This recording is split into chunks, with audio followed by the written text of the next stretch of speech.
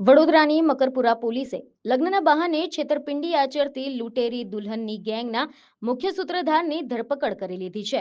મહેસાણાના ગોરાદ ગામના મહેન્દ્ર મોહન ઉર્ફે મોહનલાલ પ્રજાપતિ નામના શખ્સને પોલીસે જેલના સળિયાની પાછળ ધકેલી દીધો છે. આ ટોળકીએ સુરેન્દ્રનગર જિલ્લાના લાલજી બલગામા નામના યુવકને પોતાની જાળમાં ફસાવ્યો હતો. સોનાલી શ્રીવાસ્તવ નામની યુવતીની સાથે લગ્નની લાલચ આપી સમજૂતી કરાર દ્વારા લગ્ન કરાવાયા હતા. જો કે લગ્ન બાદ આ ટોળકીએ યુવક પાસેથી દાગીના અને રોકડ મળીને કુલ 3.75 લાખ રૂપિયાનો મુદ્દામાલ પડાવી લીધો હતો અને ફરાર થઈ ગયા હતા. ભોગ બનનાર યુવકે મકરપુરા પોલીસ મથકમાં ફરિયાદ નોંધાવતા પોલીસે ઓપરેશન હાથ ધર્યું હતું. હાલમાં મુખ્ય સૂત્રધાર મહેન્દ્ર પ્રજાપતિ પકડાઈ ગયો છે, પરંતુ લૂંટેરી દુલ્હન સોનાલી શ્રીવાસ્તવ સહિત અન્ય 3 આરોપીઓ હજુ પણ પોલીસની પકડથી દૂર છે.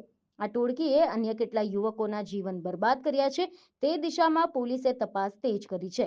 પોલીસે જનતાને અપીલ કરી છે કે લગ્ન જેવી બાબતોમાં અજાણ્યા લોકો પર વિશ્વાસ કરતા પહેલા પૂરતી તપાસ કરવી જરૂરી છે. હાલમાં મકરપુરા પોલીસ વોન્ટેડ આરોપીઓને પકડવા માટે અલગ અલગ ટીમો બનાવીને દરોડા પાડી રહી છે.